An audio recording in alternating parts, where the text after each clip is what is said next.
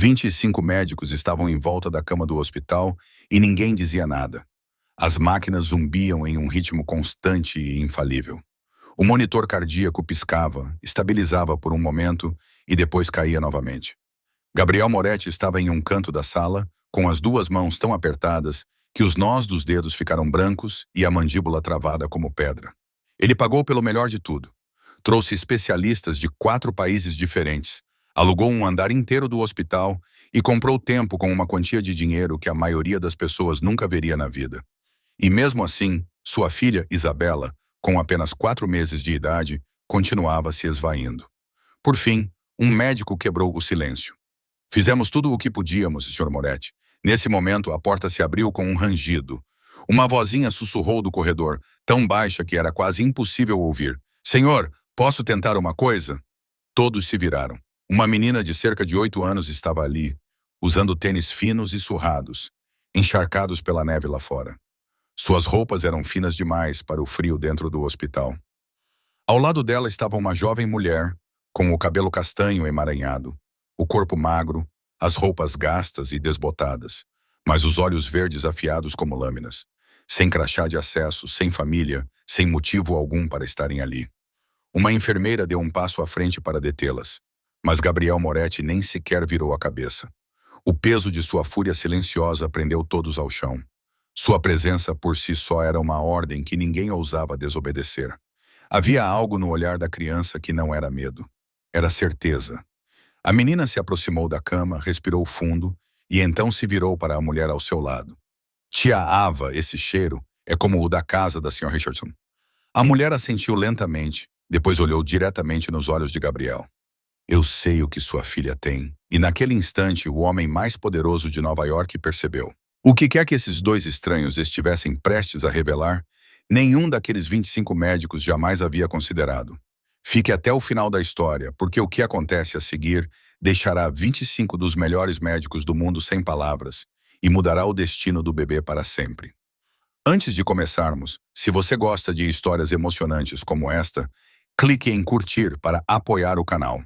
Compartilhe o vídeo para divulgar esta história significativa para mais pessoas e não se esqueça de se inscrever no canal e ativar as notificações para não perder a próxima história comovente. Gabriel Moretti não era um nome desconhecido para quem morava em Nova York. Aos 36 anos, ele já era o chefe da máfia mais poderoso da cidade. O tipo de homem cujo nome por si só era capaz de fazer até mesmo os mais durões baixarem os olhos. Mas poucas pessoas sabiam que aquele império havia sido construído do nada, por um menino órfão que cresceu nas piores favelas do Brooklyn. Os pais de Gabriel morreram quando ele tinha apenas 12 anos, mortos em um ataque de gangue que ele teve que testemunhar com seus próprios olhos, escondido debaixo da cama. Naquela noite, o menino Gabriel jurou que nunca mais se permitiria ser fraco, e ele manteve essa promessa com sangue, com lágrimas, com 24 anos de ascensão, passo a passo, através das fileiras do submundo.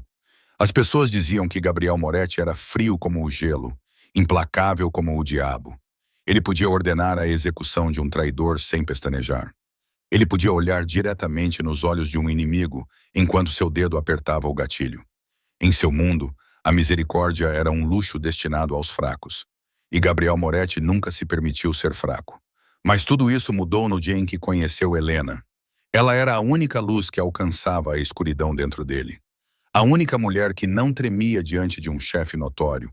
A única que ousava olhá-lo nos olhos e dizer que por baixo da casca de um monstro ainda havia um coração capaz de amar. Gabriel amava a Helena com o amor mais intenso que tinha para dar. Ele se casou com ela e jurou que a protegeria de todas as sombras do mundo em que vivia. E quando Helena ficou grávida, Gabriel sentiu que sua vida finalmente tinha um significado real. Ele teria uma família, um filho para herdar tudo o que tinha. Mas o destino não permitiu que ele mantivesse essa felicidade intacta. A noite em que Helena deu à luz Isabela foi também a noite em que ela o deixou para sempre. O parto foi difícil. Havia muito sangue. Os médicos fizeram tudo o que podiam, mas não conseguiram salvá-la. Gabriel lembrava-se com dolorosa clareza do momento em que segurou sua filha recém-nascida nos braços, ainda corada e com a pele sensível do parto, enquanto sua esposa jazia ali, com os olhos fechados e os lábios ainda curvados em um sorriso tranquilo, porque ela havia vivido o suficiente para ver sua filhinha vir ao mundo. A morte de Helena matou uma parte de Gabriel. O homem que nunca conhecera o medo de repente compreendeu que poderia perder tudo em uma única noite. E daquele momento em diante, jurou diante da alma de Helena que protegeria Isabela a qualquer custo, com sua própria vida, se fosse necessário. Isabela se tornou a única razão de Gabriel para viver. Ele podia ser um monstro para o resto do mundo, mas para sua filha, ele era apenas um pai. Ele acordava às 3 da manhã quando Isabela chorava. Ele cantava para ela dormir com a voz áspera de um homem que já havia dado ordens para matar. Ele aprendeu a trocar fraldas e preparar mamadeiras com as mesmas mãos que já haviam sido manchadas com o sangue de um inimigo. As pessoas sob seu comando não conseguiam acreditar no que estavam vendo. Gabriel Moretti, o homem mais durão de Nova York, capaz de tanta gentileza quando segurava sua filha nos braços. Mas agora, parado naquele quarto frio de hospital, observando Isabela respirar fraca e superficialmente na cama, Gabriel sentia como se estivesse vivendo aquele pesadelo novamente. Na noite em que perdeu Helena, ele gastou milhões de dólares. Trouxe especialistas de todo o mundo. Ele ameaçou e implorou. Fez tudo ao alcance do chefe mais poderoso de Nova York, mas seu dinheiro e seu poder não puderam salvar sua filha. E agora, quando 25 dos melhores médicos do mundo estavam impotentes, quando a última centelha de esperança parecia ter se apagado, um estranho com olhos verdes afiados como uma faca observava uma criança de 8 anos, com tênis gastos a apontar o que eles haviam deixado passar. Gabriel Moretti, um homem que nunca acreditou em milagres, de repente percebeu que, às vezes, os milagres vêm dos lugares que ele menos esperava. 5 dias antes, tudo ainda estava perfeito. A propriedade dos Moretti ficava na área mais tranquila dos subúrbios de Nova York. Um castelo moderno construído em um terreno de mais de 5 acres, cercado por uma cerca de segurança rigorosa e uma equipe de guardas em vigilância 24 horas por dia. Era o lugar que Gabriel Moretti havia construído para se tornar uma fortaleza impenetrável. O único lugar onde ele podia deixar de lado um submundo encharcado de sangue e violência e voltar para casa para ser um pai comum. Naquela tarde, a luz do sol dourada e pálida penetrava pelas cortinas de seda branca do quarto de Isabela, enchendo o espaço com um calor e uma paz que pareciam quase irreais. Gabriel sentou-se na cadeira de balanço ao lado do berço, com os braços envolvendo sua filha de 4 meses, cantarolando baixinho uma canção de ninar que Helena havia cantado para ele uma vez. Isabela riu, com os olhos arregalados fixos no pai, com alegria infinita, seus dedinhos segurando o dedo dele como se nunca quisesse soltá-lo. Esse era o momento que Gabriel mais apreciava todos os dias. O momento em que ele podia esquecer quem era. Esquecer o império criminoso que esperava por suas ordens. Esquecer os inimigos que observavam além dos portões. Nesse quarto, ele era apenas um pai que amava sua filha. O quarto de Isabela havia sido projetado pela empresa líder em design de interiores dos Estados Unidos, a um custo alto o suficiente para comprar uma pequena mansão. Cada detalhe havia sido escolhido com o maior cuidado, desde o berço de carvalho entalhado à mão, até os murais pintados à mão com personagens de contos de fadas. O chão era coberto por um carpete importado da Nova Zelândia, macio o suficiente para Isabela engatinhar e brincar sem medo de se machucar. O purificador de ar e o controle de temperatura funcionavam sem parar para manter o ambiente perfeito para a pequena princesa. Gabriel queria que sua filha tivesse tudo o que o dinheiro pudesse comprar. A campainha tocou e, alguns minutos depois, a senhora Coleman, governanta de longa data da família, conduziu um homem ao quarto. Victor Caruso, 44 anos, alto e magro, cabelos grisalhos, um relógio de prata brilhante sempre preso ao pulso e um sorriso que parecia viver em seus lábios. Victor era o amigo mais próximo de Gabriel, o homem que estava ao seu lado desde os dias em que eram 2 garotos sem dinheiro nas favelas do Brooklyn. Eles construíram esse império do nada juntos, sobreviveram a perigo após perigo, enterraram inimigos que ousaram resistir. Victor era a única pessoa em quem Gabriel confiava sem reservas. Confiava nele o suficiente para nomeá-lo padrinho de Isabela. Victor entrou carregando uma grande caixa embrulhada em papel prateado brilhante com um laço vermelho vivo. Ele sorriu ao ver Gabriel segurando o bebê. "Olha só o chefe mais famoso de Nova York", Victor disse, provocando. Quem diria que você poderia ser tão gentil? Gabriel apenas sorriu, sem contestar. Com Victor, ele não precisava manter a imagem fria que exibia para todos os outros.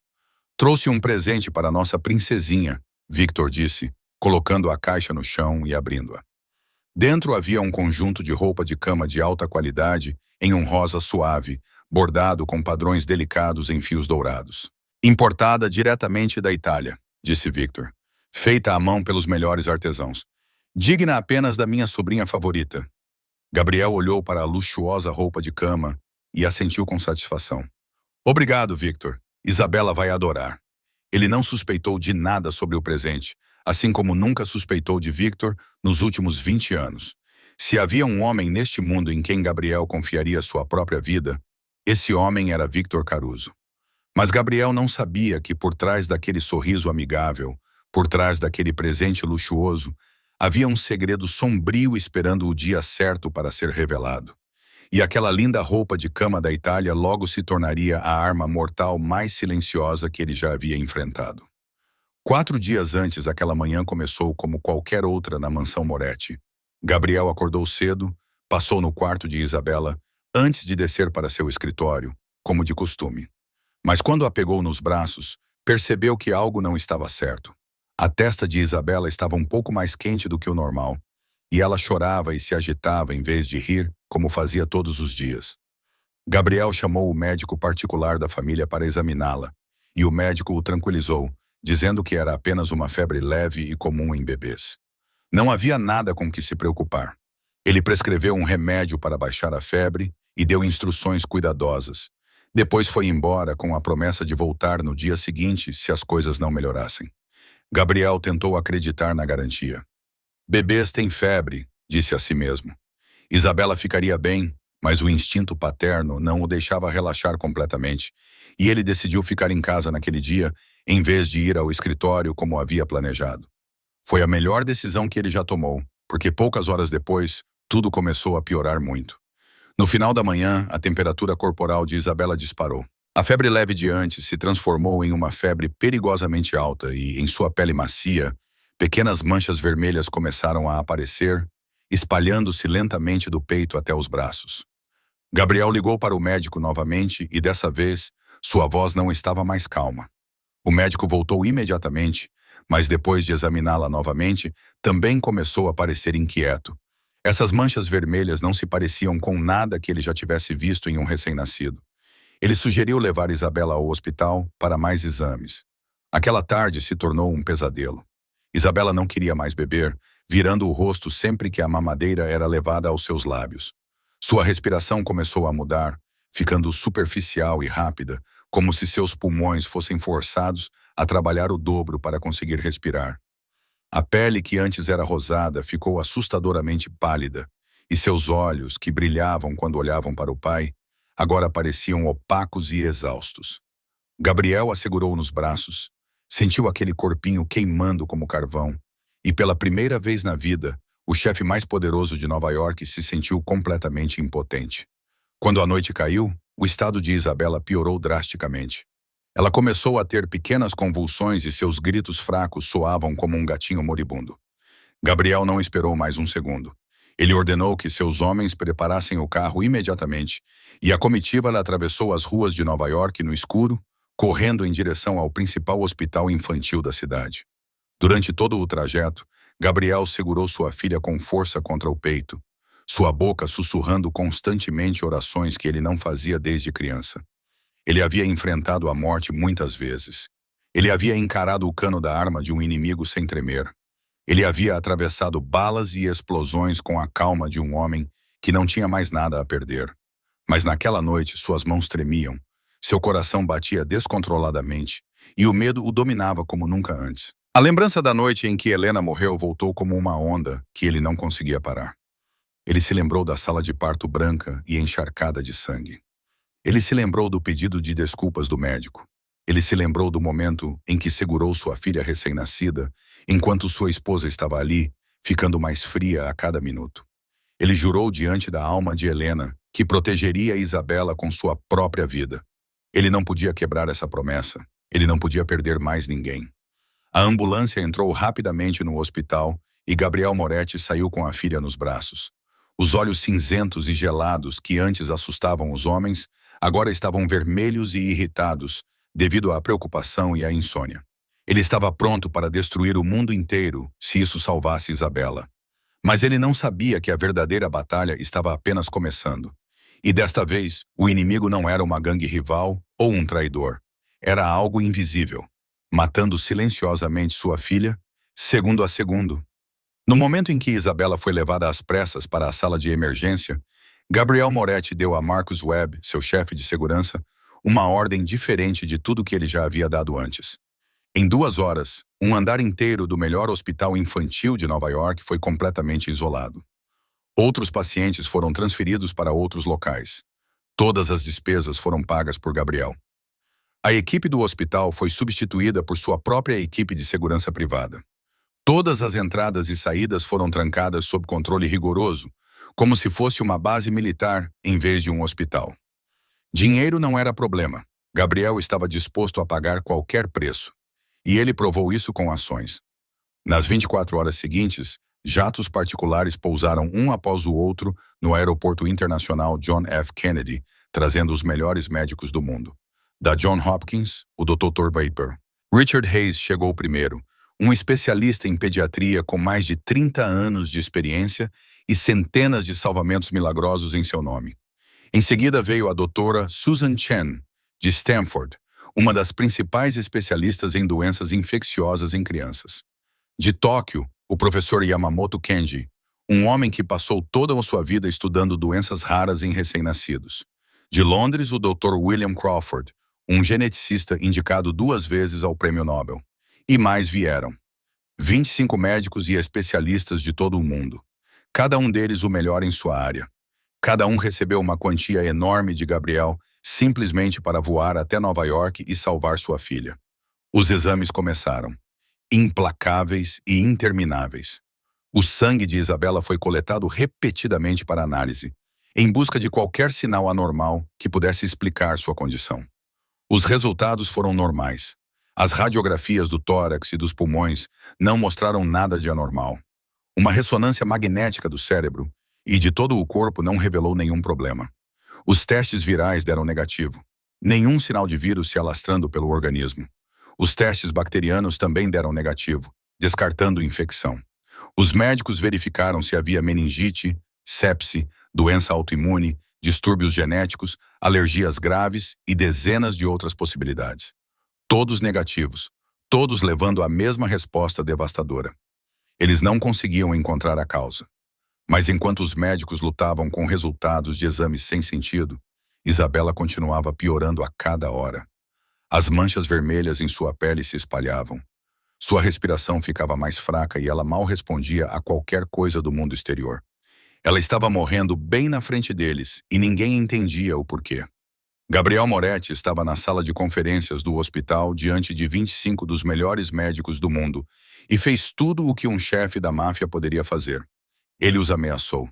Ele rosnou que, se sua filha morresse, faria com que cada um deles pagasse o preço. As ameaças fizeram alguns médicos tremerem, mas o medo não lhes deu respostas que eles não tinham. Então ele implorou. O homem que nunca havia se curvado diante de ninguém. O homem que toda Nova York temia agora estava diante deles com os olhos vermelhos de lágrimas e a voz trêmula, implorando que salvassem sua filha. Ele prometeu milhões de dólares. Ele prometeu tudo o que eles quisessem. Ele prometeu até mesmo sua própria vida, se isso pudesse ser trocado pela de Isabela. Mas essas promessas eram tão insignificantes quanto suas ameaças.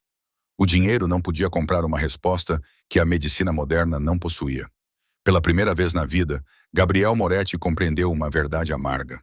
Ele podia comprar o mundo inteiro, mas não podia comprar a vida de sua filha. Poder e dinheiro, as duas coisas que ele passou a vida acumulando, tornaram-se completamente inúteis contra a misteriosa doença que estava matando Isabela. Na quarta noite, desde que Isabela adoeceu, Gabriel ficou sozinho no canto do quarto do hospital, observando sua filha deitada imóvel na cama, cercada por tubos e máquinas, e sentiu como se estivesse à beira do inferno. 25 das mentes mais brilhantes do mundo haviam chegado ao limite do que podiam fazer. E ele, o chefe mais poderoso de Nova York, só podia ficar ali parado, esperando o pior acontecer. Enquanto Gabriel Moretti se afogava em desespero no andar VIP do hospital, em outro canto da glamourosa cidade de Nova York, duas pessoas viviam uma vida que não poderia ser mais diferente. Ava Hartley, 27 anos, já havia sido uma das melhores enfermeiras do renomado Hospital Mount Sinai. Ela se formou como a melhor aluna de sua turma de enfermagem. Foi contratada na unidade pediátrica logo após a faculdade e, em 5 anos de trabalho lá, recebeu inúmeros elogios de pacientes e colegas. Ava amava ser enfermeira da mesma forma que algumas pessoas amam a própria vida. Ela acreditava que cuidar dos doentes, vê-los se recuperar e voltar para suas famílias era a maior felicidade que poderia ter. Mas a vida nunca é justa com as pessoas boas. 2 anos atrás, uma colega de trabalho com inveja das conquistas de Ava a acusou falsamente de roubar analgésicos da farmácia do hospital. Essas alegações infundadas foram construídas com crueldade cuidadosa, com provas forjadas colocadas dentro de seu armário. Ava nunca teve uma chance real de se defender. A administração do hospital, com medo do escândalo e ansiosa para resolver o assunto rapidamente, demitiu-a na hora e a denunciou ao conselho médico. A licença de Ava foi revogada e seu nome foi colocado na lista negra do setor médico. Nenhum hospital, nenhuma clínica se arriscaria a contratar uma enfermeira acusada de roubar medicamentos. A carreira à qual ela dedicou sua juventude foi fechada na sua cara, sem piedade. Mas o destino ainda não havia abandonado Ava, justamente quando ela lutava para encontrar um novo emprego. Sua mãe, Catherine Hartley, foi diagnosticada com câncer de pulmão em estágio avançado. Catherine passou 25 anos trabalhando como faxineira para famílias ricas em Manhattan. Todos os dias ela respirava quantidades incontáveis de produtos químicos tóxicos de produtos de limpeza industriais. Agentes agressivos que empresas de limpeza de alto padrão usavam para deixar tudo impecável até o último detalhe. Ninguém a alertou sobre o perigo desses produtos químicos. Ninguém se importava com a saúde de uma mulher anônima que esfregava as casas de outras pessoas. E quando a doença finalmente apareceu, era tarde demais para fazer qualquer coisa. Ava vendeu tudo o que tinha para pagar o tratamento da mãe. O pequeno apartamento, o carro velho, os móveis, tudo foi vendido para cobrir as contas do hospital.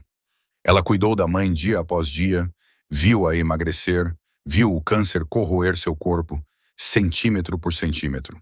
E, há 3 meses, Catherine Hartley deu seu último suspiro nos braços da filha, deixando Ava sozinha no mundo, sem nada nas mãos e com o coração despedaçado. Mas Ava não podia desmoronar, porque havia outra pessoa que precisava dela. Rosa Santos, a colega de trabalho mais próxima de sua mãe. Após 20 anos trabalhando como faxineira, ela morreu apenas 1 mês depois de Catherine, aparentemente da mesma insuficiência respiratória. Mas, na verdade, seus pulmões foram atingidos por toxinas concentradas. 2 mulheres que trabalharam lado a lado respiraram os mesmos produtos químicos venenosos e deixaram o mundo da mesma maneira. Rosa deixou uma filha de 8 anos chamada Maria. Sem pai, sem parentes, sem ninguém no mundo que pudesse reivindicá-la.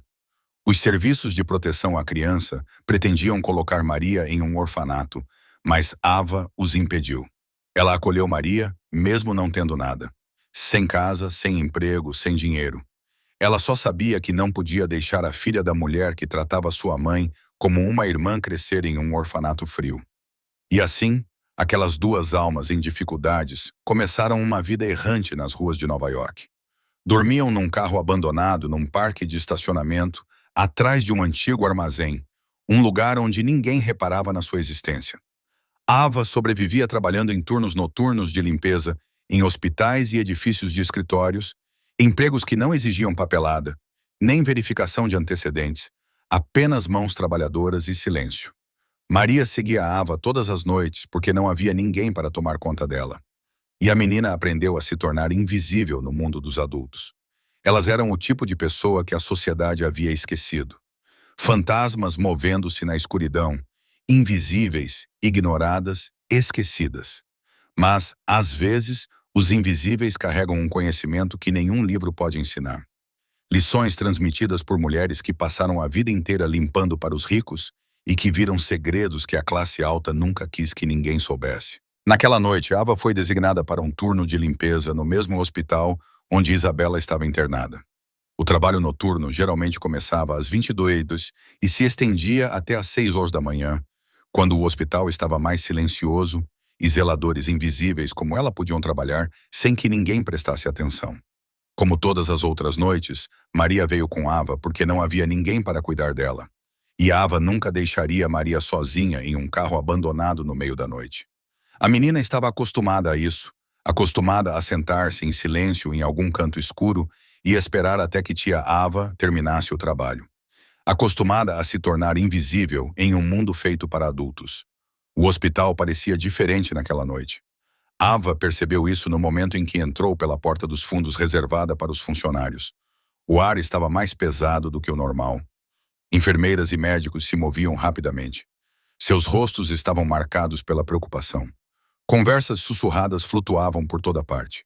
Enquanto Ava empurrava seu carrinho de limpeza pelo corredor do terceiro andar, ela acidentalmente ouviu dois médicos conversando do lado de fora da sala dos funcionários. Eles discutiam um caso misterioso no andar VIP. Um bebê de 4 meses com sintomas estranhos que ninguém conseguia explicar. 25 dos melhores médicos do mundo haviam sido chamados. Milhões de dólares haviam sido gastos, mas o bebê ainda estava morrendo e ninguém sabia por quê. Ava diminuiu o passo, fingindo limpar o chão enquanto ouvia.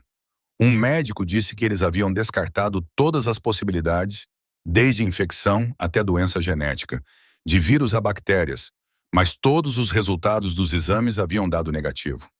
O outro médico suspirou e disse que nunca tinha visto um caso tão desconcertante e que, se não encontrassem a causa nas próximas horas, o bebê provavelmente não sobreviveria.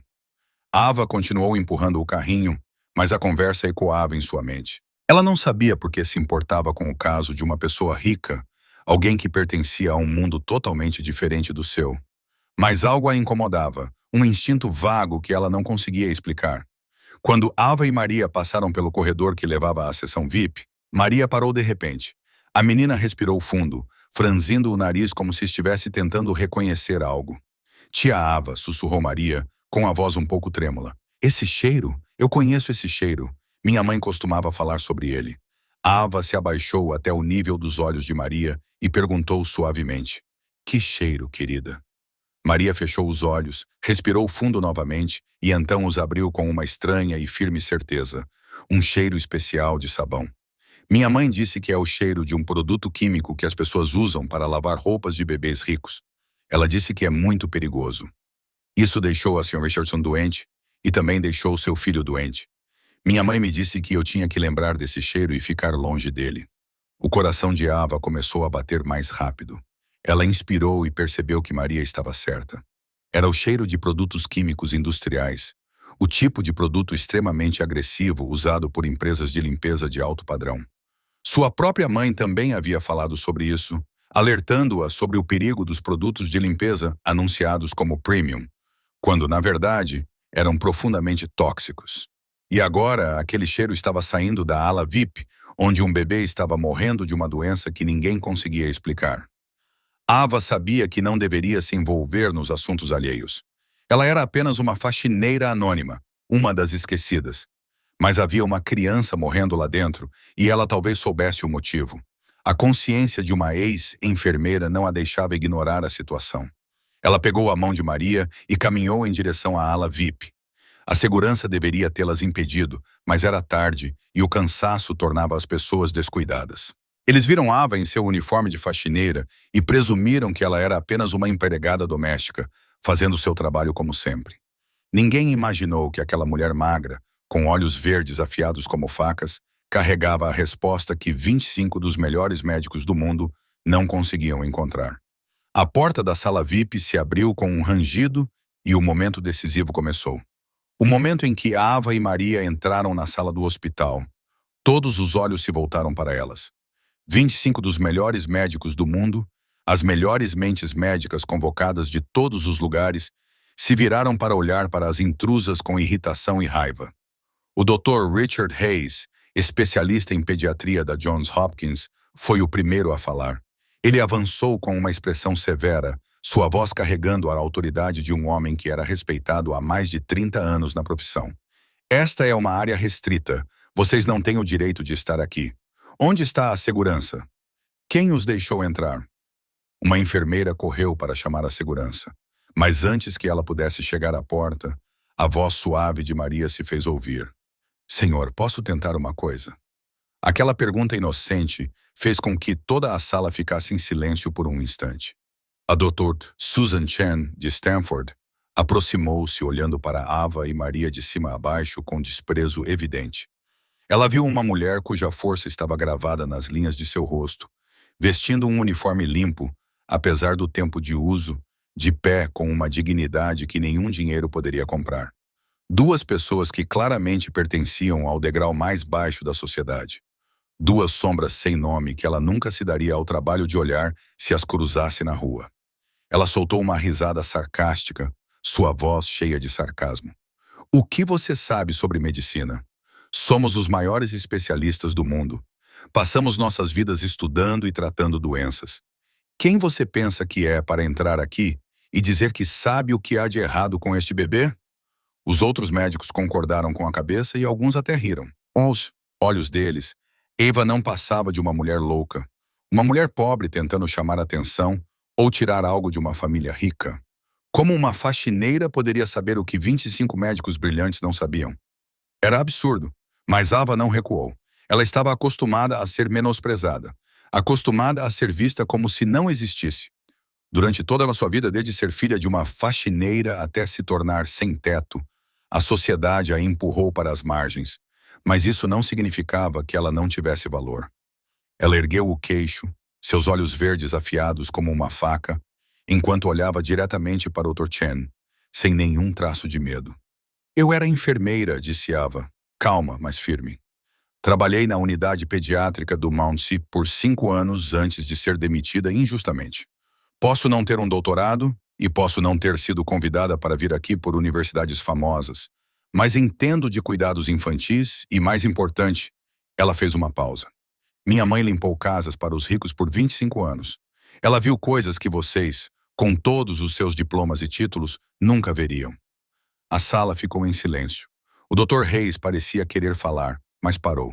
Havia algo nos olhos dessa mulher que ele não conseguia ignorar. Uma certeza, uma crença firme e inabalável no que ela estava prestes a dizer. No canto da sala, Gabriel Moretti observava tudo em silêncio. Ele ficou ali o tempo todo, com os punhos cerrados, olhando desesperadamente para sua filha, que lentamente se apagava na cama.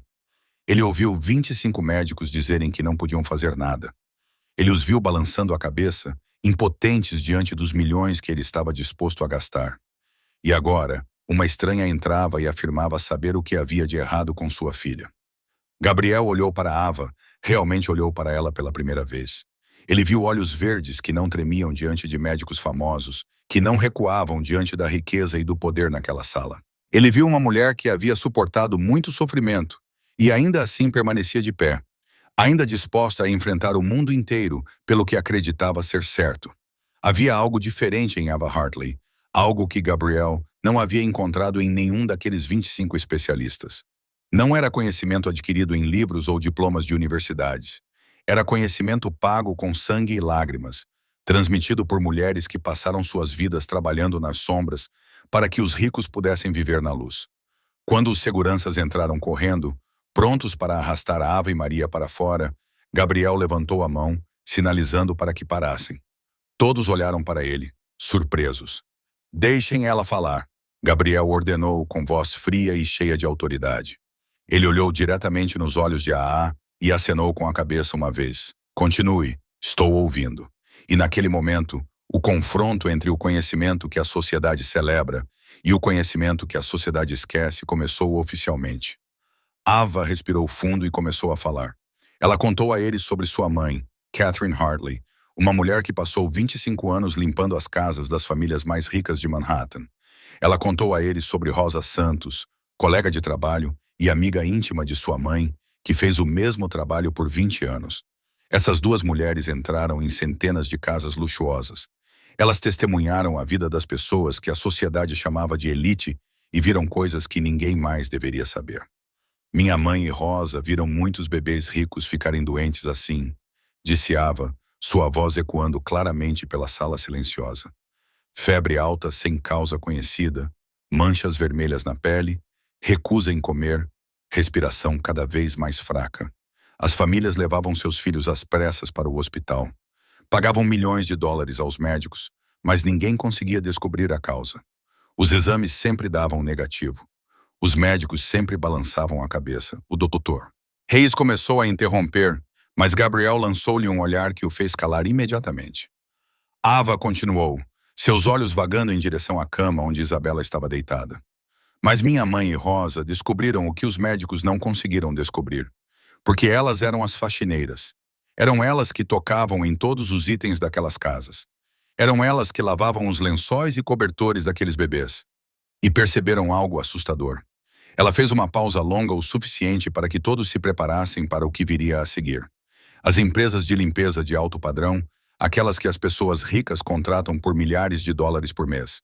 Elas usam produtos químicos de limpeza industriais extremamente fortes.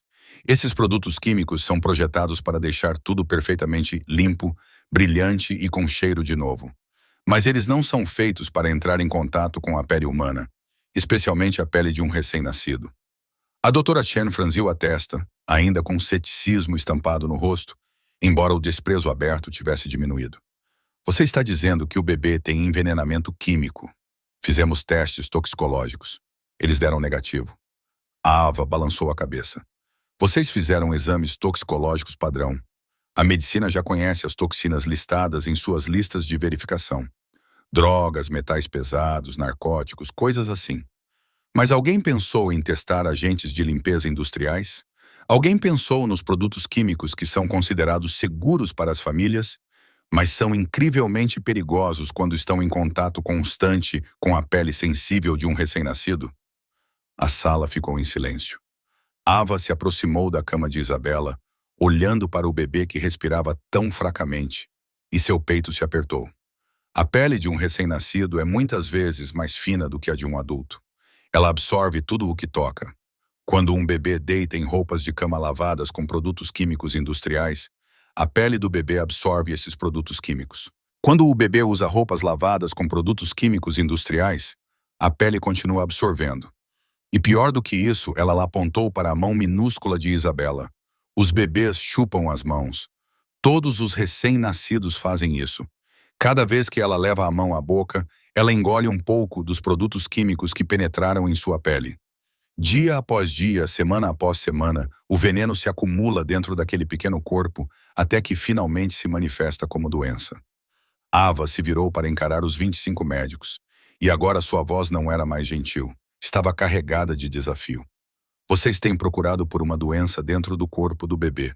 Vocês pediram raio-x, ressonâncias magnéticas, exames de sangue, testes para vírus, testes para bactérias. Vocês procuraram em todos os lugares que seus livros de medicina diziam para procurar, mas estavam olhando na direção errada desde o início. Ela parou, deixando suas palavras penetrarem na mente de todos na sala. A toxina não veio de dentro dela. Veio de fora, da roupa de cama em que ela está deitada, das roupas que ela está vestindo, das coisas que vocês acreditam ser as mais limpas e seguras. Gabriel Moretti ficou parado como se tivesse se transformado em pedra.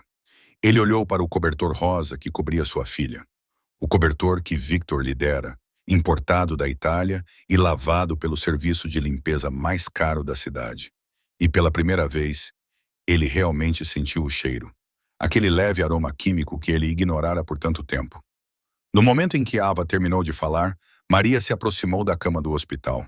A menina de 8 anos se movia com uma confiança estranha, como se já tivesse visto essa cena muitas vezes antes. Os médicos começaram a impedi-la, mas algo na maneira séria e firme de Maria os fez hesitar. Gabriel também não a impediu. Ele queria ver o que a criança faria. Maria ficou ao lado da cama de Isabela, seus olhos castanhos olhando para o bebê imóvel com uma piedade silenciosa. Então, ela gentilmente pegou a mãozinha de Isabela e a ergueu sob as luzes brilhantes da sala. "Olhem", disse Maria, sua voz baixa, mas clara o suficiente para que todos ouvissem. "Olhem as pontas dos dedos do bebê." Gabriel se aproximou e, pela primeira vez, olhou realmente para a mão da filha. Sob a luz, ele as viu.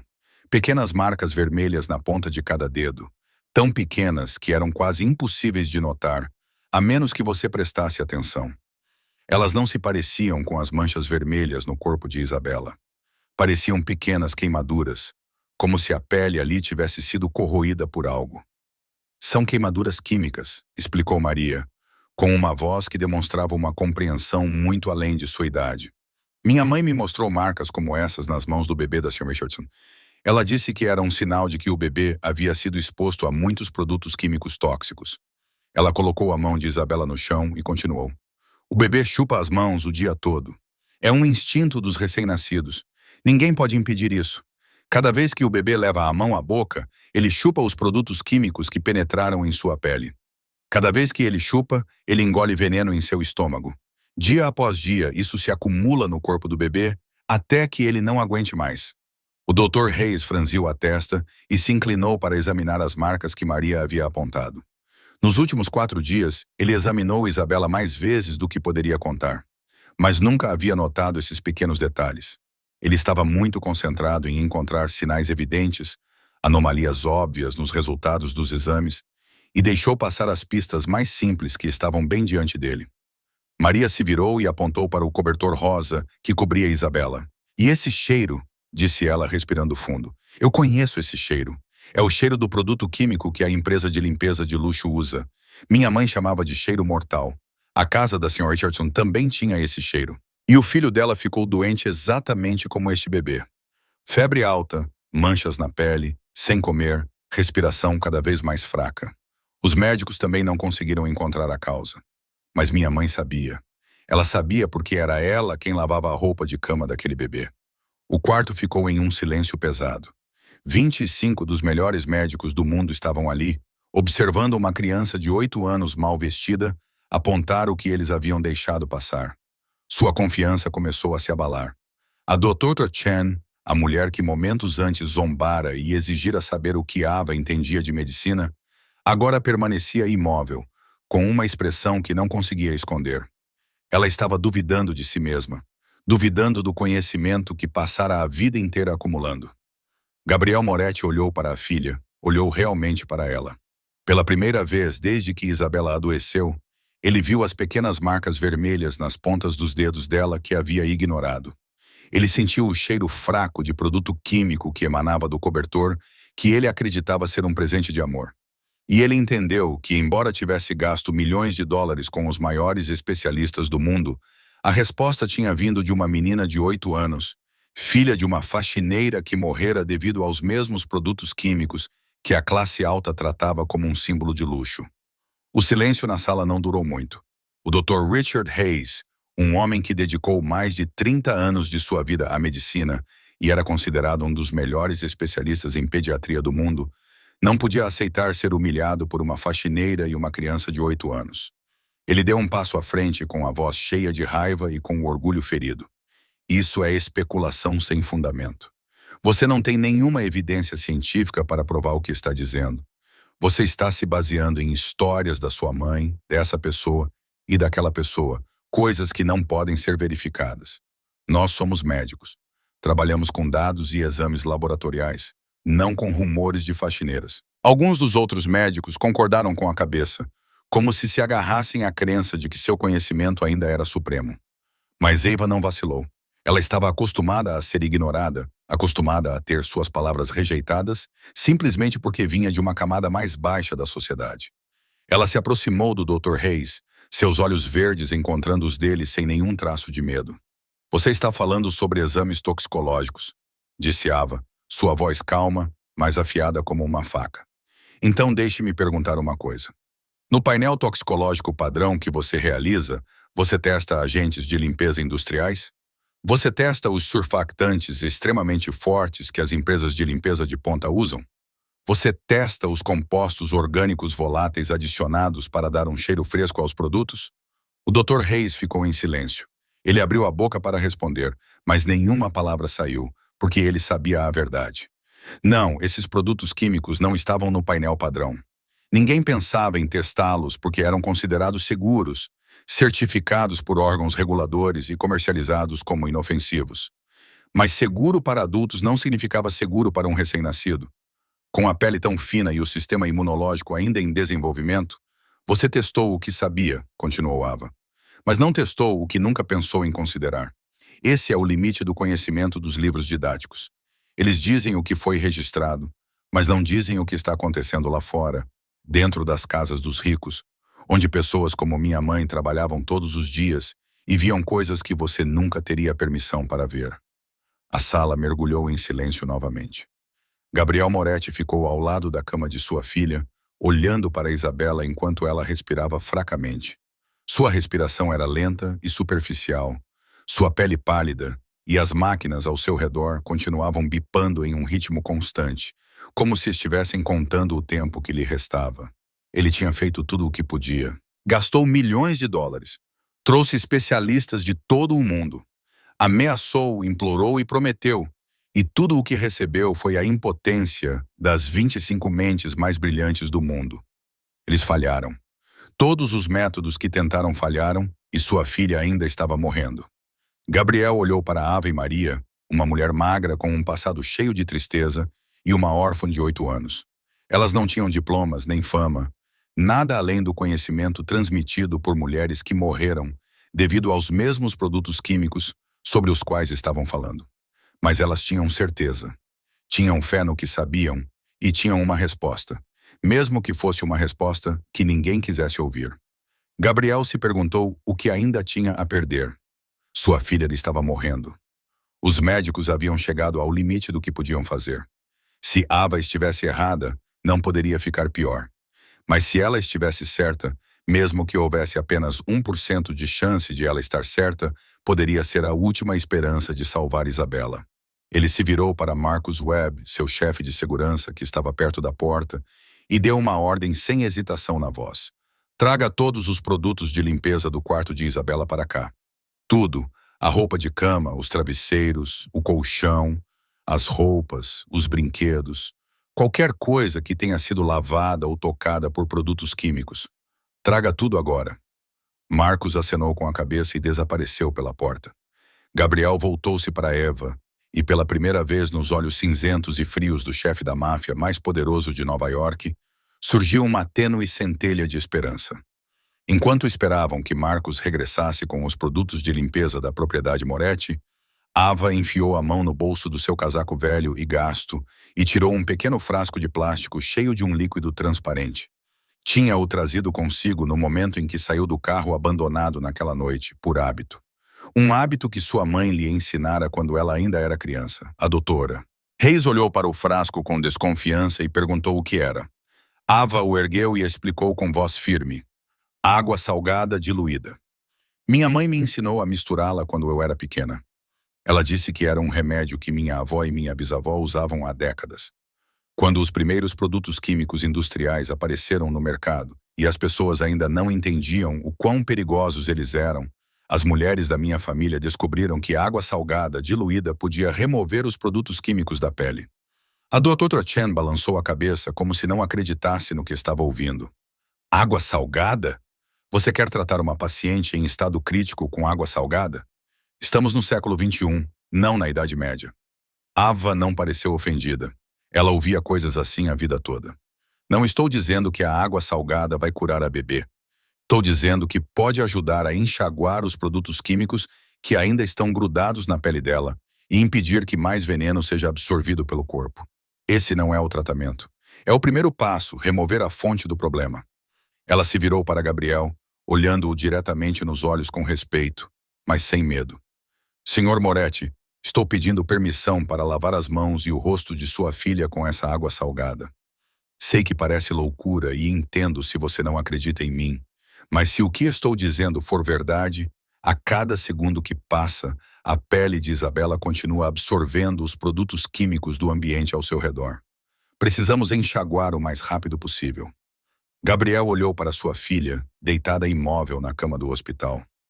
A respiração de Isabela era fraca, sua pele estava pálida como um fantasma, e as máquinas ao seu redor continuavam a emitir um bip em um ritmo uniforme, uma lembrança cruel de que o tempo estava se esgotando.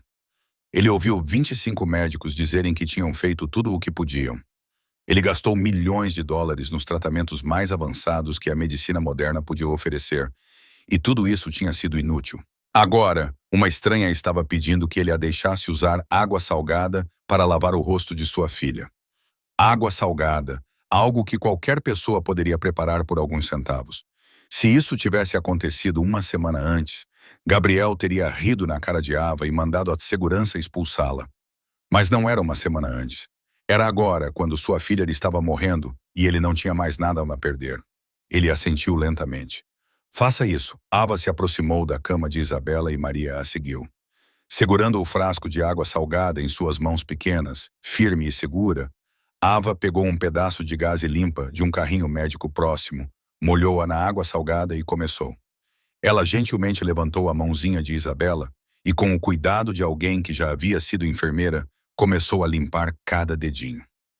Um por um, da ponta dos dedos até os espaços entre eles, ela limpou os vestígios de produtos químicos que não podiam ser vistos a olho nu, mas que estavam silenciosamente matando essa criança. Maria ficou ao lado dela, sem dizer nada, oferecendo o frasco cada vez que Ava precisava molhar a gaze novamente. A menina de 8 anos não disse uma única palavra, mas seus olhos permaneceram fixos em Isabela com uma compaixão profunda e dolorosa. Ela entendia a perda melhor do que qualquer pessoa naquela sala.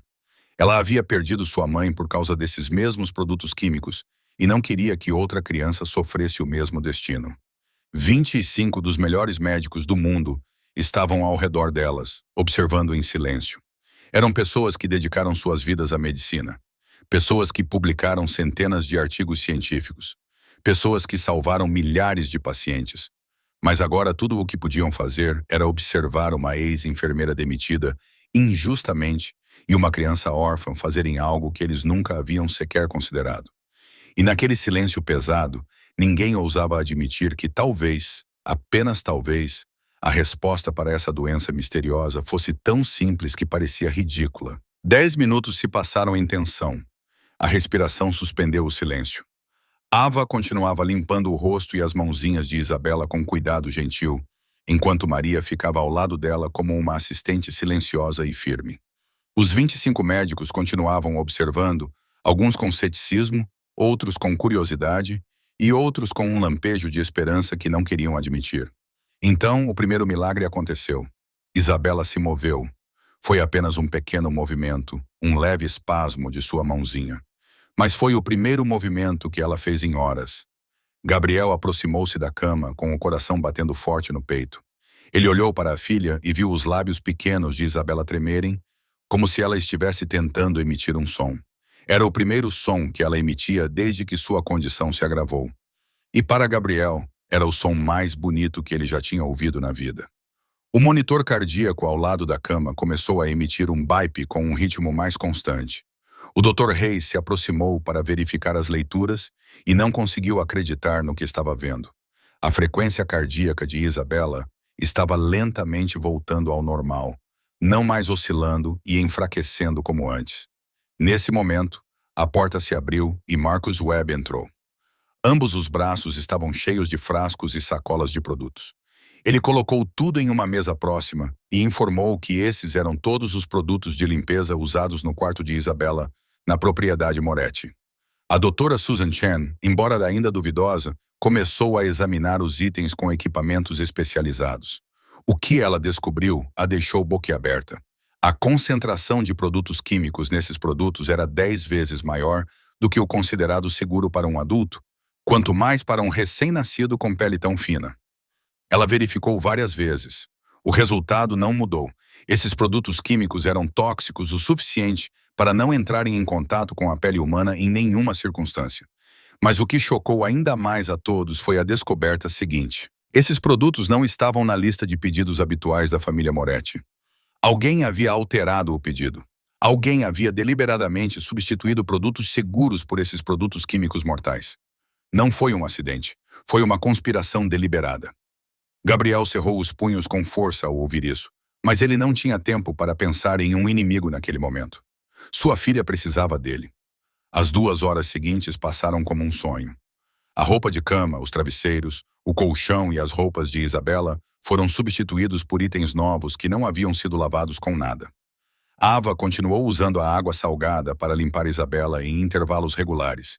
E pouco a pouco, a cor de Isabela começou a mudar.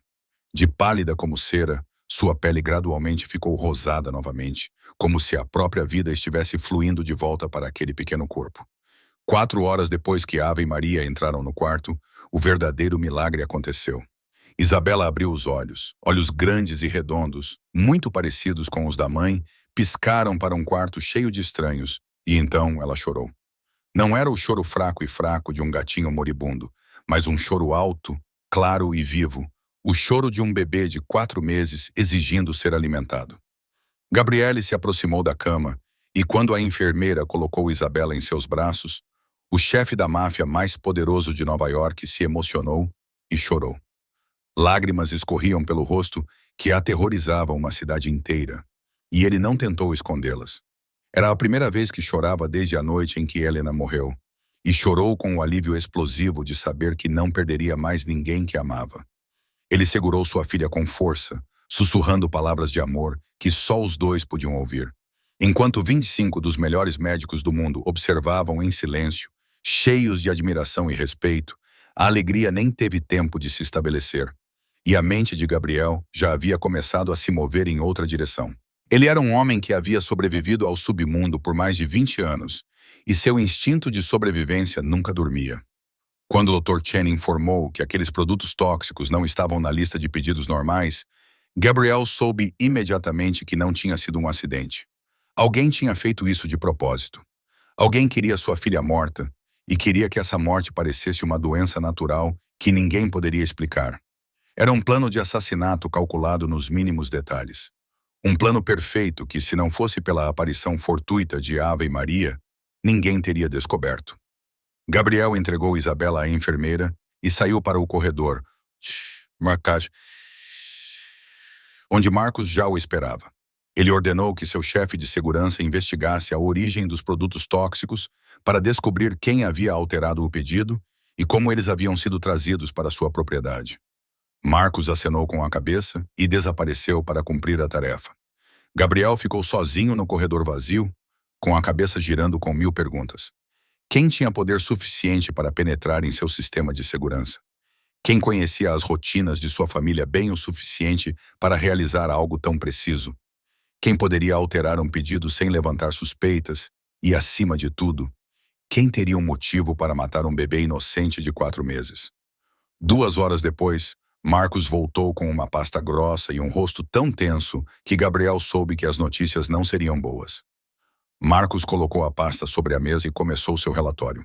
A empresa de limpeza contratada pela família Moretti confirmou que havia ocorrido uma mudança no pedido 3 semanas antes, solicitando que um produto químico especial fosse usado no quarto de Isabela. Essa mudança havia sido feita por meio de um telefonema feito do escritório de alguém dentro da organização, e a pessoa que ligou usou um código de confirmação interno que apenas os membros de nível mais alto conheciam. Marcos fez uma pausa antes de continuar. Aquela ligação tinha vindo do escritório de Victor Caruso. Gabriel congelou. O mundo ao seu redor parecia ter parado de girar naquele momento. Victor Caruso, o amigo dos dias mais difíceis, o homem que tinha estado ao seu lado em inúmeras dificuldades para construir esse império. Padrinho de Isabela, o homem que tinha dado à bebê a roupa de cama italiana poucos dias antes de ela adoecer. A única pessoa em quem Gabriel confiava completamente. Confiava tanto que teria entregado sua própria vida a Victor sem suspeitar de nada. E agora aquele homem era o responsável pela tentativa de matar sua filha. Gabriel sentiu como se alguém tivesse enfiado uma faca em seu coração. Essa traição doía mais do que qualquer ferida física que ele já tivesse sofrido. Ele enfrentara inimigos, lutara contra gangues rivais, sobrevivera a guerras sangrentas pelo poder. Mas nada o preparara para a traição do homem que considerava um irmão. Marcos continuou. E o que ele disse a seguir foi ainda mais horrível. Durante a investigação, descobriram que Victor tinha usado uma informante para recolher informações sobre a família Moretti, as suas rotinas, os horários dos guardas e, especialmente, o quarto de Isabela. Essa informante era Rosa Santos, a mulher da limpeza que tinha morrido 3 meses antes, mãe da menina, Maria, que estava naquele momento no quarto do hospital. Rosa trabalhava para uma família que Victor conhecia, e ele a abordou, fingindo se importar com sua vida, perguntando sobre seu trabalho, sobre as casas que ela limpava. Rosa nunca soube que estava sendo usada. Ela apenas pensava que um homem rico estava sendo gentil, interessando-se por pessoas trabalhadoras como ela. Ela acidentalmente deu a Victor informações valiosas sobre como as famílias da elite funcionavam, sobre os produtos que usavam, sobre os horários de limpeza. E depois de fornecer informações suficientes, Rosa Santos morreu repentinamente. Seu envenenamento foi encenado para parecer uma doença natural. Sua morte foi registrada como um acidente de trabalho e ninguém suspeitou de nada. Gabriel fechou os olhos, lutando para conter a fúria que fervia dentro dele. Victor não tinha apenas tentado matar Isabela. Ele também tinha matado Rosa Santos, uma mulher inocente, simplesmente porque ela sabia demais. E Maria, a menina de 8 anos que estava naquele quarto de hospital, havia perdido a mãe por causa da conspiração de um homem que Gabriel já chamara de irmão. Gabriel abriu os olhos, e naqueles olhos frios e cinzentos, o fogo do ódio se acendeu, mais violento do que nunca. Gabriel passou a noite inteira investigando o passado de Victor Caruso, procurando por sinais que havia perdido durante 20 anos. Marcos e sua equipe reuniram tudo o que puderam, desde transações financeiras suspeitas até reuniões secretas que Victor tentara esconder. E quanto mais Gabriel se aprofundava, mais compreendia que essa traição não havia surgido do nada. Ela vinha latente há muito tempo, esperando o momento certo para se transformar em fogo. 20 anos antes, Gabriel e Victor eram 2 garotos sem dinheiro nas favelas do Brooklyn. Eles começaram do nada juntos. Eles lutaram juntos apenas para sobreviver em um submundo brutal. Mas mesmo assim, Gabriel sempre foi o que estava à frente. Ele era o que tinha visão, ousadia e o tipo de liderança inata que fazia as outras pessoas seguirem. Victor era inteligente e ambicioso, mas sempre ficou em segundo plano, sempre na sombra de Gabriel, sempre ficando com o que sobrava depois que Gabriel escolhia primeiro. Com o passar dos anos, essa inveja se transformou em um ódio silencioso e latente. Victor o escondia atrás de um sorriso amigável e palavras de lealdade. Mas dentro dele, o fogo da inveja nunca se apagou. Ele queria tudo o que Gabriel tinha. Queria ser respeitado da mesma forma que Gabriel era respeitado. Queria ser temido da mesma forma que Gabriel era temido. E quando Helena morreu e deixou Isabela para trás, Victor viu sua oportunidade. Ele sabia que Gabriel amava sua filha mais do que qualquer coisa no mundo. Sabia que se Isabela morresse, Gabriel entraria em colapso total. O homem mais forte de Nova York se abalaria ao perder sua última família. Perderia a perspicácia e a crueldade que construíram seu império. E nesse momento de fraqueza, Victor se levantaria. Ele tomaria o poder que desejava há 20 anos. O plano de Victor era perfeito da maneira mais repugnante possível. Ele não usou uma arma. Ele não usou uma faca. Ele não deixou nenhum vestígio de violência. Ele usou produtos químicos, algo que ninguém suspeitaria, algo que mataria Isabela lentamente e faria sua morte parecer uma doença misteriosa que a medicina moderna não poderia explicar. Ninguém duvidaria disso. Ninguém investigaria. E Victor ficaria ao lado de Gabriel como um amigo enlutado, consolando-o pela perda de sua filha, enquanto esperava silenciosamente pelo momento certo para tomar tudo. Mas Victor cometeu um erro. Ele usou Rosa Santos para obter informações. E uma vez que ela serviu ao seu propósito, ele a matou para apagar os rastros. Ele achou que ninguém se importaria com a morte de uma pobre faxineira. E ele estava certo.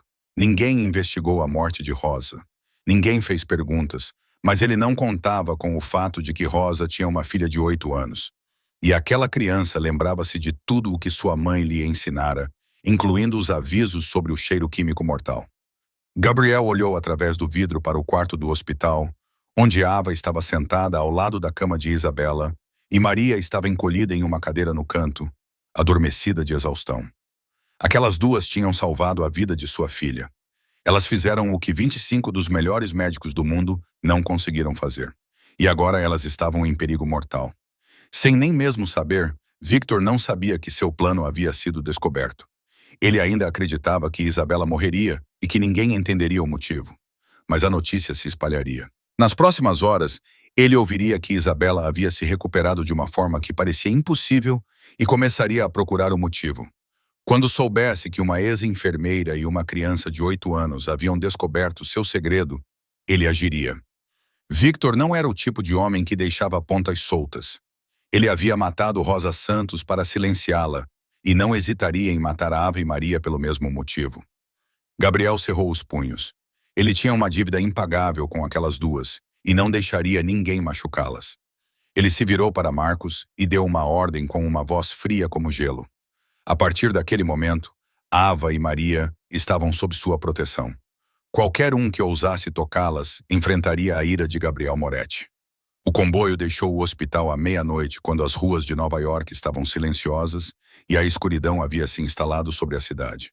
3 SUVs blindados pretos lideravam o caminho e fechavam a retaguarda, protegendo a ambulância móvel no centro, onde Isabela estava deitada, cercada pelos equipamentos médicos mais avançados disponíveis. A doutora Susan Chen concordou em acompanhá-los para continuar monitorando o estado do bebê, em parte por dever profissional e em parte porque queria testemunhar essa recuperação milagrosa com seus próprios olhos até o fim. Gabriel viajou no SUV do meio com Ava e Maria, seus olhos constantemente examinando o mundo exterior, como se esperasse um ataque a qualquer momento. Maria sentou-se perto da janela, com os olhos arregalados de espanto, ao observar o interior do veículo. Ela nunca tinha andado em um carro como esse. Os assentos de couro eram macios. O ar-condicionado soprava frio e constante, e havia tanto espaço que ela podia esticar as pernas, sem bater no assento à sua frente. Em comparação com o carro abandonado que ela e a tia Ava chamavam de lar há meses, isso parecia um mundo completamente diferente.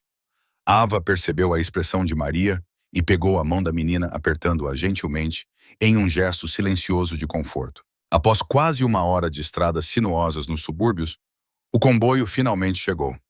O enorme portão de ferro se abriu automaticamente quando o primeiro veículo se aproximou, e Maria não conseguia acreditar no que via além dele. A mansão Moretti se erguia à frente como um castelo de conto de fadas. Luzes brilhavam nos vastos jardins e na grandiosa fachada da casa principal. Guardas estavam por toda parte, silenciosos e alertas, formando um sólido anel de proteção ao redor da propriedade. Maria nunca tinha visto uma casa tão grande. Ela se perguntou quantas famílias poderiam morar nela. Quando o veículo parou na entrada da frente, uma mulher mais velha saiu para recebê-los. Seu cabelo prateado estava preso em um coque bem arrumado. Era a senhora Patricia Coleman, governanta de longa data da família Moretti. Ela olhou para Ava e Maria com olhos calorosos e as conduziu para dentro, enquanto Gabriel ficou para trás para supervisionar Isabela, que estava sendo levada para uma sala que já havia sido preparada com equipamento médico completo. A senhora Cora Coleman guiou Ava e Maria até o segundo andar por longos corredores revestidos com um tapete vermelho espesso e pinturas caras até o quarto que ela havia preparado para elas. Quando a porta se abriu, Ava congelou na entrada. Este quarto era maior do que qualquer apartamento em que ela já havia morado. Uma cama king size com lençóis brancos impecáveis, um banheiro privativo com uma grande banheira, um closet e uma varanda com vista para o jardim nos fundos. Maria correu para dentro do quarto e girou em círculos, como se estivesse tentando ver tudo de uma vez. Tia Ava, este quarto é tão grande, ela exclamou, com a voz cheia de admiração. Ava só conseguiu acenar com a cabeça, com a garganta apertada pela emoção. Ela estava acostumada a dormir em um carro abandonado, acostumada a se encolher durante as noites frias, acostumada a não saber de onde viria a próxima refeição. E agora ela estava em um quarto mais luxuoso do que qualquer coisa que ela jamais ousara sonhar. Naquela noite, Eva deitou-se na cama macia e adormeceu quase imediatamente, seu corpo exausto por meses de dificuldades. Mas Maria não conseguia dormir. Ela se revirou na cama que parecia grande demais, macia demais, diferente demais de tudo que ela conhecia. Ela sentia a falta do carro abandonado com seu banco traseiro duro. Sentia a falta do barulho da cidade através do vidro rachado. Sentia a falta da sensação familiar de ter muito pouco. A menina desceu da cama e, embora o tapete fosse macio, ela se enrolou no chão, agarrando-se à única coisa familiar que conhecia, a dureza sob ela. Lá, no chão que parecia mais duro e mais familiar, Maria finalmente adormeceu. Foi a primeira noite tranquila deles na mansão Moretti. Uma breve calmaria antes da tempestade que estava prestes a se abater. A notícia da recuperação milagrosa de Isabela se espalhou mais rápido do que Gabriel esperava. Apenas um dia depois de se mudarem para o complexo, Victor Caruso apareceu no portão, alegando que tinha vindo visitar sua afilhada. Gabriel recebeu a notícia da segurança e soube que o momento de enfrentar o traidor havia chegado. Ele respirou fundo, forçou-se a manter a calma e ordenou que os guardas abrissem o portão. Ele não podia agir ainda. Não agora. Ele precisava de provas mais concretas. Precisava que Victor se expusesse diante de mais testemunhas. E, acima de tudo, precisava saber se Victor tinha outros cúmplices dentro da organização. Então, Gabriel desempenharia seu papel. Ele fingiria não saber nada sobre a conspiração do homem que já fora seu melhor amigo. Victor entrou na sala de estar principal com aquele sorriso amigável familiar e um grande buquê de flores nas mãos. Ele abraçou Gabriel como se ainda fossem irmãos depois de todos esses anos, perguntando repetidamente sobre o estado de saúde de Isabela, dizendo que ficara muito preocupado quando soube que sua afilhada estava doente. Gabriel respondeu com respostas curtas e um sorriso forçado, desempenhando o papel de um pai ainda abalado pelo pesadelo que acabara de sobreviver. Nesse momento, Ava e Maria entraram na sala. Elas não sabiam que Victor estava ali. A senhora Coleman apenas lhes dissera para descerem para almoçar. Quando Ava viu o homem desconhecido, parou na porta. Seus instintos a alertaram de que algo não estava certo. Victor se virou e viu as duas. Seus olhos escureceram por um segundo. Uma reação tão pequena que só alguém observando de perto poderia perceber. Gabriel viu e soube que Victor havia reconhecido o perigo que aquelas duas mulheres representavam. "Quem são elas?" perguntou Victor, tentando soar casual, mas com um leve tom de frieza na voz. Gabriel se levantou e as apresentou em um tom gentil. "Estas são Ava e Maria. Elas são as benfeitoras da minha filha. Foram elas que descobriram a causa da doença de Isabela quando todos os médicos estavam impotentes." Victor ergueu as sobrancelhas com uma expressão de surpresa convincente no rosto. Mas Gabriel sabia que era encenação. "Sério? Ouvi dizer que Isabela simplesmente se recuperou sozinha. Ninguém conseguiu explicar o motivo." Gabriel balançou a cabeça. "Não sozinha. Ava descobriu que o problema estava nos produtos de limpeza do quarto de Isabela. Produtos químicos tóxicos estavam lentamente envenenando-a. Os olhos de Victor se estreitaram ligeiramente e ele se virou para Ava com falsa preocupação. "O que você faz no trabalho para saber algo assim?" Ava abriu a boca para responder, mas antes que pudesse falar, percebeu o olhar de advertência de Gabriel. Ela entendeu imediatamente que ele queria que ela escondesse quem realmente era. Ela mudou rapidamente, assumindo o papel de uma mulher tola e sortuda. "Senhor, sou apenas uma faxineira", disse ela. "Eu trabalho no turno da noite no hospital e por acaso ouvi os médicos conversando. Lembrei que minha mãe uma vez falou sobre aquele cheiro químico, então apenas adivinhei. Tive sorte de ter adivinhado certo." Ela sorriu sem jeito, como se não conseguisse acreditar na própria sorte. Victor pareceu satisfeito com a resposta, seus ombros relaxaram um pouco. Ele decidiu que ela era apenas uma faxineira sortuda, não uma ameaça real. Mas então Maria falou, sua voz clara ecoando pela sala. "Eu me lembro de você." Todos se viraram para olhar para a criança. Victor franziu a testa, forçando uma expressão amigável. "Você se lembra de mim? Acho que nunca nos conhecemos." Maria inclinou a cabeça, seus olhos castanhos estudando Victor, como se estivesse vasculhando a memória. "Eu te vi nos jardins da propriedade onde minha mãe trabalhava", disse Maria, estreitando os olhos. "Você estava usando o mesmo relógio de prata. Você deu a ela um envelope e perguntou sobre os produtos de limpeza especiais que as famílias ricas usam. Eu estava escondida nos arbustos, esperando o turno dela terminar antes que minha mãe morresse. Você fez muitas perguntas a ela sobre o trabalho de limpeza." O ar na sala ficou pesado de repente. Victor ficou rígido por um instante, mas se recuperou rapidamente. Ele riu e acenou com a mão.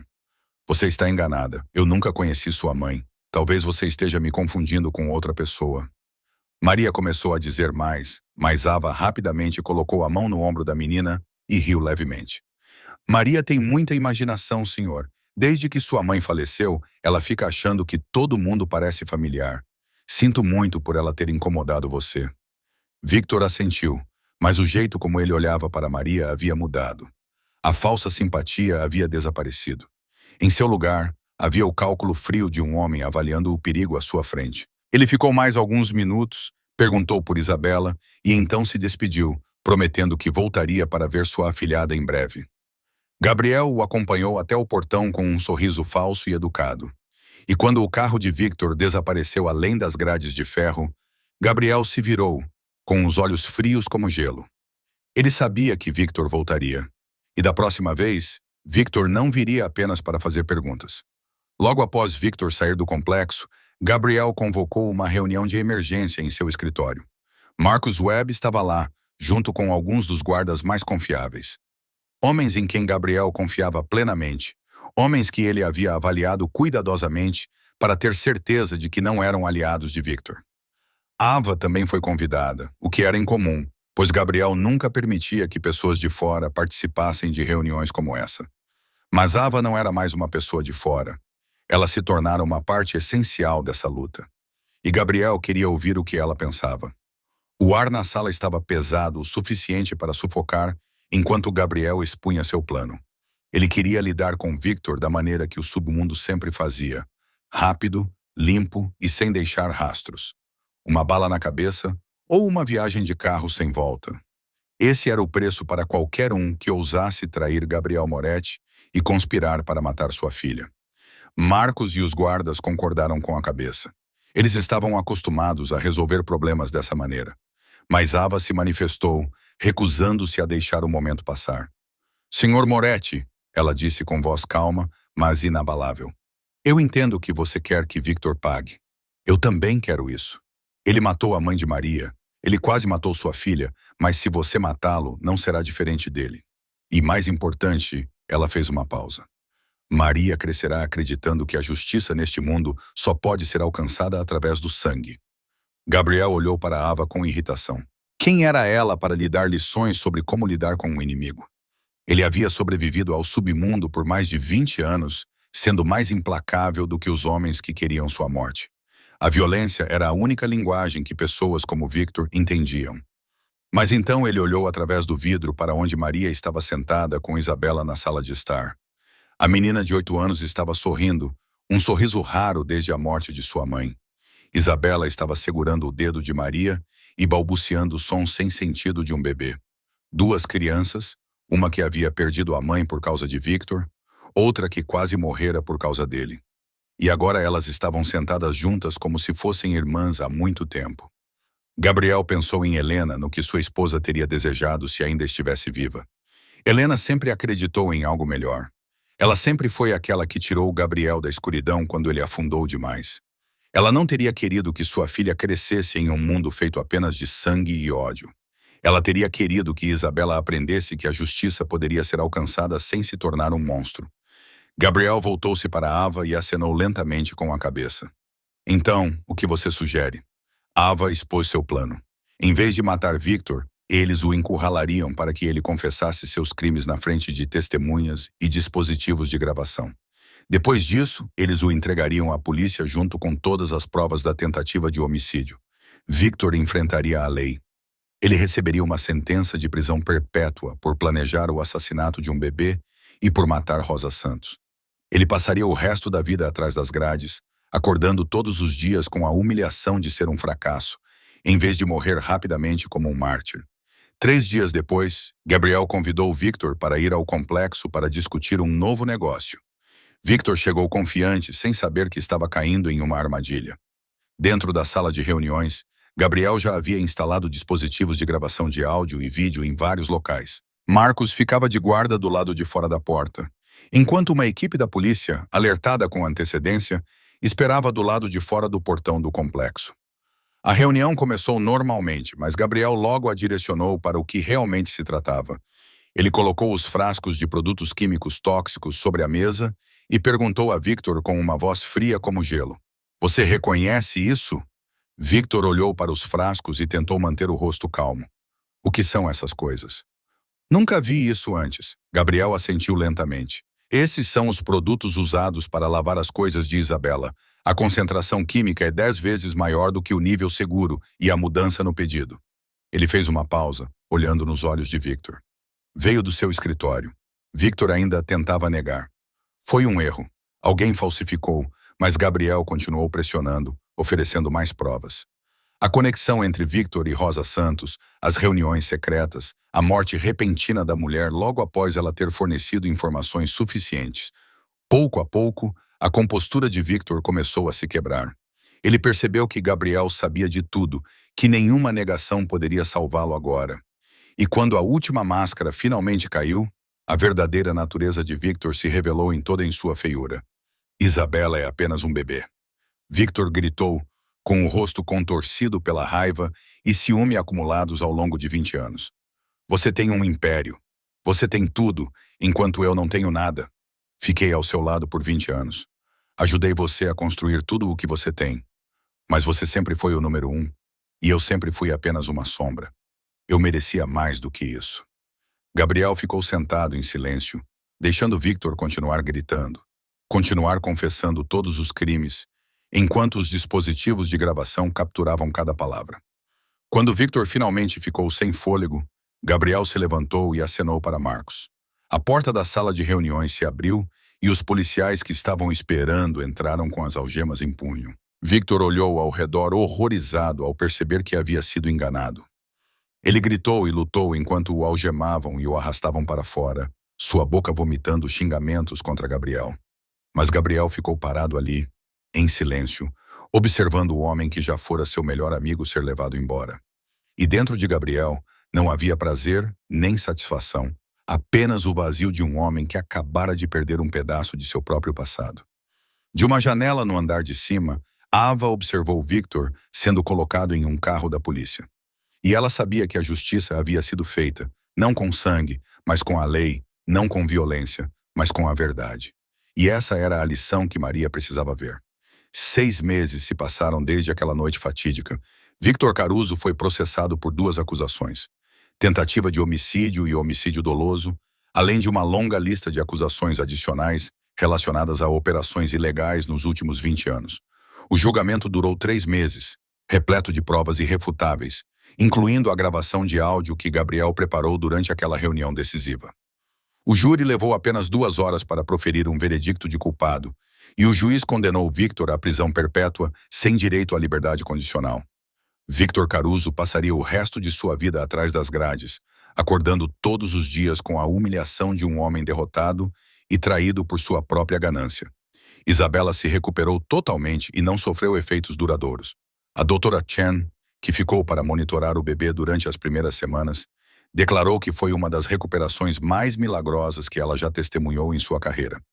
Isabela tinha agora 10 meses. Era gordinha e forte, com um sorriso exatamente igual ao da mãe e os olhos cinzentos e perspicazes do pai. Suas risadas alegres ecoavam pela mansão todos os dias, afastando a atmosfera fria e sombria que pairava sobre o lugar desde a morte de Helena.